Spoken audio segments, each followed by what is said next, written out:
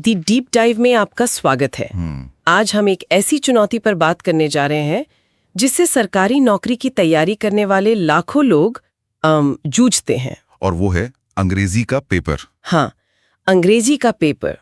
खासकर जब SSC CGL जैसी परीक्षाओं में वो लंबा चौड़ा पैसेज सामने आता है तो कई बार समझ ही नहीं आता कि शुरू कहाँ से करें। बिल्कुल। और मुश्किल ये है कि सिर्फ शब्द रटने से, मतलब वोकैब याद करने से काम नहीं चलता। परीक्षा में आपकी समझ परखी जाती है कि आप लेखक के तर्क को, उसके फ्लो को और जो छिपा हुआ मतलब है उसे पकड़ पा रहे हैं या नहीं। इसीलिए आज का हमारा मिशन थोड़ा अलग है।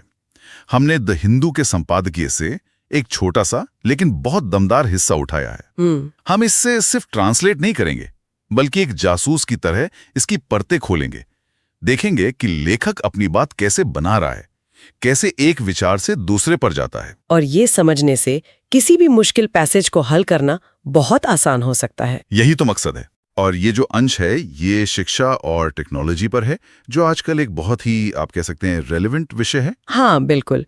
तो चलिए इस तर्क की बनावट को समझने की कोशिश करते हैं। चलिए। तो पहला वाक्य है, In an era marked by unprecedented technological acceleration, education must evolve beyond rote memorization to cultivate critical thinking and adaptive intelligence. वाह, लेखक ने पहली ही गेंद पर एक बहुत भारी भरकम बात कह दी है। हाँ, बिल्कुल। Unprecedented technological acceleration और rote memorization, ये एक तरह से पुराने और नए की लड़ाई जैसा लग रहा है। आपने बिल्कुल सही पकड़ा। लेखक यहाँ एक मंच तैयार कर रहा है।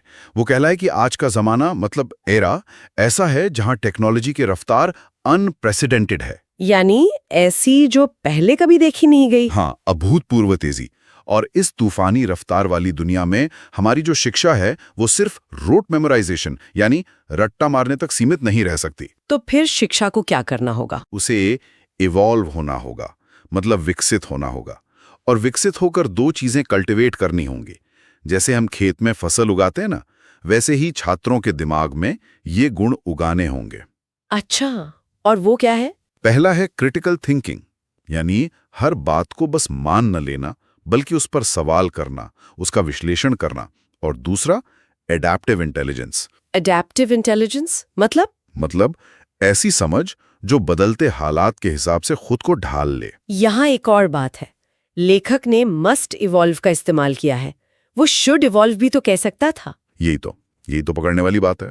शुड एक सलाह होती है, लेकिन मस्ट एक चेतावनी है, एक मजबूत जरूरत। लेखक के हिसाब से शिक्षा का बदलना कोई चॉइस नहीं है, ये एक शर्त है। अगर शिक्षा नहीं बदली तो हम इस नई दुनिया में पीछे रह जाएंगे। मतलब ये छोटा सा व्याकरण का चुनाव भी वाक्य को इतना वजनदार बना देता है। बिल्कुल। ठीक है, तो समस्या साफ है। पुरानी शिक्षा प्रणाली नई दुनिया के लिए नाकाफी है। तो इसका समाधान क्या है? शायद अगला वाक्य इसी के बारे में है जी। Institutions that integrate interdisciplinary learning, ethical reasoning and real-world problem solving empower students to navigate complexity with confidence. बिल्कुल। अब लेखक समाधान के हिस्से पेश कर रहा है। वो कहता है कि कुछ खास तरह के संस्थान छात्रों को एम्पावर करते हैं, यानी सशक्त बनाते हैं। कौन से संस्थान? वो जो तीन चीजों को इंटीग्रेट करते हैं, मतलब आपस में जोड़ते हैं। और ये तीन चीजें क्या है? इंटरडिसिप्लिनरी लर्निंग, ये सुनने में तो बहुत अच्छा लगता है, पर इसका असली मतलब क्या है एक छात्र के लिए? इसका मतलब है विषयों की दीवारों को तोड़ना। अच्छा। यानी फिजिक्स को सिर्फ फिजिक्स की तरह नहीं, बल्कि उसे बायोलॉजी और इकोनॉमिक्स से जोड़कर पढ़ाना। ओके। दूसरा है एथिकल रीजनिंग, यानी सही और गलत के बीच तर्क के आधार पर फैसला करने की क्षमता। और तीसरा रियल वर्ल्ड प्रॉब्लम सॉल्विंग, मतलब क्लासरूम की थ्योरी को असली दुनिया की समस्याओं को सुलझाने में इस्तेमाल करना। जैसे प्रदूषण या गरीबी? हाँ बिल्कुल। और ये सब करने से छात्रों को क्या मिलेगा? उन्हें आत्मविश्वास के साथ कॉम्प्लेक्सिटी को नेविगेट करने की शक्ति मिलेगी। नेविगेट का मतलब होता है रास्ता खोजना, जैसे नाव चलाना। मतलब वो आज की इस उलझी हुई जटिल दुनिया में अपना रास्ता बना पाएंगे बिना घबराए। इसमें ग्रामर के हिसाब से कुछ खास है? हाँ, ये जो दैट इंटीग्रेट वाला हिस्सा है, ये एक रिलेटिव क्लॉज है। ये हमें बताता है कि हम सभी संस्थानों की बात नहीं कर रहे हैं, बल्कि सिर्फ उन संस्थानों की जो ये नए तरीके अपना रहे हैं। एग्जैक्टली। तो अब तक की कहानी ये है, टेक्नोलॉजी तेजी से बदल रही है, रट्टा मारना बेकार हो चुका है और रास्ता वो संस्थान दिखाएंगे जो विषयों को जोड़कर असली दुनिया की समस्याओं को सुलझाना सिखाते हैं।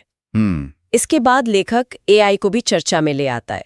Moreover, the synergy between human creativity and artificial intelligence redefines productivity and innovation. हाँ, और यहाँ moreover शब्द पर ध्यान दीजिए। मतलब इसके अलावा? हाँ, ये एक ट्रांजिशन वर्ड है। ये बताता है कि लेखक अपनी बात में एक और दमदार पॉइंट जोड़ने जा रहा है और वो पॉइंट है सिनर्जी। सिनर्जी, ये शब्द आजकल बहुत सुनने को मिलता है। लेखक का यहाँ इससे क्या मतलब है? क्या वो ये कह रहा है कि AI इंसानों के लिए खतरा है या एक साथी? देखिए, ये इस पूरे पैराग्राफ का एक बहुत ही आशावादी मतलब ऑप्टिमिस्टिक विचार है। सिनर्जी का मतलब होता है जब दो चीजें मिलकर कुछ ऐसा करती हैं जो वो अकेले कभी नहीं कर सकती थीं। जैसे 1 और 1 मिलकर 11 हो जाए? बिल्कुल, क्या बढ़िया उदाहरण दिया। लेखक कह रहा है कि इंसान की रचनात्मकता यानी ह्यूमन क्रिएटिविटी और AI की ताकत जब एक साथ आती हैं तो वे प्रोडक्टिविटी और इनोवेशन को रीडिफाइन कर देती हैं। मतलब उनकी परिभाषा ही बदल देती है। हाँ, तो यहाँ AI खतरा नहीं बल्कि एक जबरदस्त पार्टनर है। ये तो बहुत शक्तिशाली विचार है। बिल्कुल। और परीक्षा के नजरिए से एक छोटी सी बात और, सब्जेक्ट है द सिनर्जी जो सिंगुलर है, एक वचन। जी, इसीलिए उसके साथ क्रिया यानी वर्ब रीडिफाइंस लगी है, रीडिफाइन नहीं। सब्जेक्ट वर्ब एग्रीमेंट की ये गलतियां अक्सर हो जाती हैं। ये सब सुनने में तो बहुत अच्छा लग रहा है। नई शिक्षा, टेक्नोलॉजी, सिनर्जी, इनोवेशन, एक आदर्श भविष्य की तस्वीर दिख रही है। लेकिन मैं सोच रही थी क्या इसमें कोई चुनौती भी है? और अगला वाक्य हाउएवर से शुरू होता है जो इशारा कर रहा है कि अब कहानी में एक मोड़ आने वाला है। आपने बिल्कुल सही पकड़ा। हाउएवर एक कॉन्ट्रास्ट मार्कर है। ये अब तक की सकारात्मक तस्वीर के ठीक उलट एक समस्या को सामने रखेगा। वाक्य है, however equitable access remains a pressing concern as disparities risk deepening social divides. Equitable access, जब मैं ये सुनती हूँ तो लगता है कि इसका मतलब है सबको मुफ्त इंटरनेट या लैपटॉप दे दूं। क्या लेखक का यही मतलब है? ये उससे कहीं ज्यादा गहरी बात है।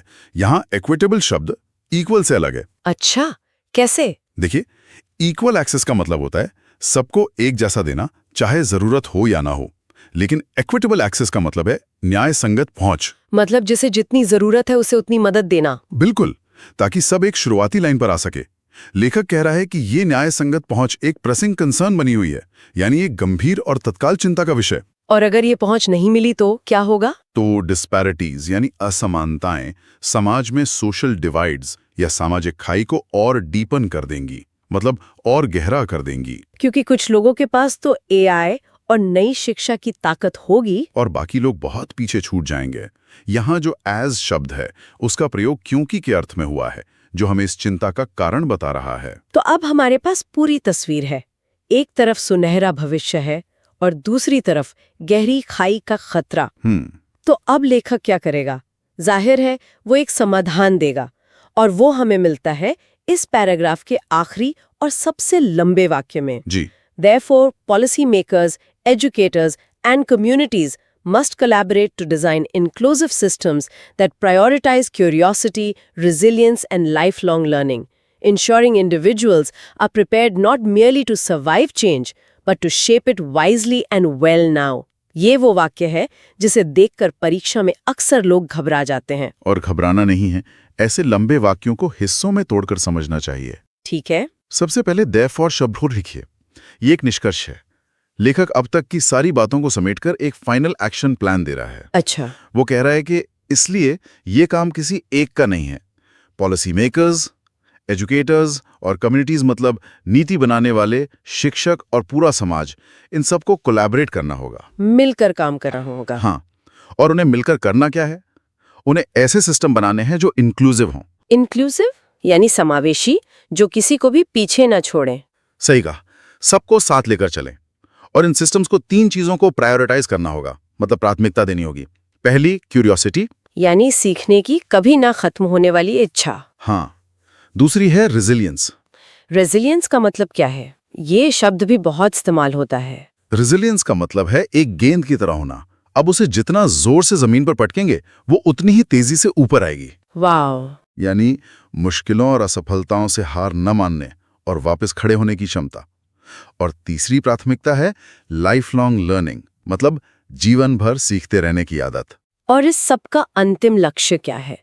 वाक्य का आखिरी हिस्सा कहता है, ensuring individuals are prepared not merely to survive change but to shape it. ये इस पूरे लेख का निचोड़ है। लेखक का लक्ष्य लोगों को बदलाव में सिर्फ सरवाइव करने के लिए, यानी जैसे तैसे गुजारा करने के लिए तैयार करना नहीं है। ये तो एक बहुत छोटा लक्ष्य हुआ। बिल्कुल।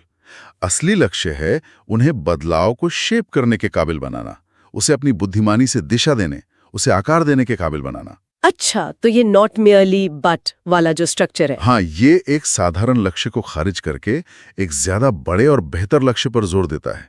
ये सिर्फ जिंदा रहने की बात नहीं है, ये नेतृत्व करने की बात है। कमाल है। तो अगर हम इस पूरे विश्लेषण को एक कहानी की तरह देखें, तो लेखक ने पहले एक समस्या बताई कि हमारी शिक्षा पुरानी हो चुकी है। फिर उसने समाधान के कुछ रास्ते दिखाए, जैसे इंटरडिसिप्लिनरी शिक्षा और AI के साथ साझेदारी। जी। फिर हाउएवर कहकर एक बड़ी रुकावट का जिक्र किया, जो है असमानता। और अंत में देफो के साथ एक ऐसा समाधान पेश किया जिसमें सभी की भागीदारी जरूरी है, और जिसका लक्ष्य सिर्फ जीना नहीं बल्कि भविष्य को दिशा देना है। बिल्कुल। एक छोटे से पैराग्राफ में एक पूरी तर्क श्रृंखला है। हाँ। और यही स्किल परीक्षा में काम आती है। शब्दों के अर्थ से आगे बढ़कर लेखक के तर्क के बहाव को समझना। इस पूरी चर्चा से एक प्रतियोगी परीक्षा के एस्पिरेंट के लिए सबसे बड़ा सबक क्या है? मेरे हिसाब से सबसे बड़ा सबक ये है कि भाषा सिर्फ बात करने का जरिया नहीं है, ये सोचने का भी एक औजार है। सोचने का औजार, ये बहुत दिलचस्प बात है। हाँ, जब कोई सिनर्जी, रेजिलियंस या इक्विटेबल जैसे शब्द सीखता है तो वो सिर्फ शब्द नहीं रटता, वो एक नया कॉन्सेप्ट, एक नया सोचने का तरीका सीखता है। आपकी अपनी सोच गहरी होती है। सही बात है। और इसी से जुड़ा एक सवाल है जो श्रोताओं को सोचना चाहिए। ये लेख बदलाव को सरवाइव करने के बजाय उसे शेप करने की बात करता है। एक एस्पिरेंट जो दिन रात परीक्षा की तैयारी कर रहा है, वो अंग्रेजी भाषा पर महारत हासिल करके अपने करियर और भविष्य को सिर्फ सरवाइव करने के बजाय उसे एक्टिवली शेप कैसे कर सकता है, इस पर सोचिएगा जरूर।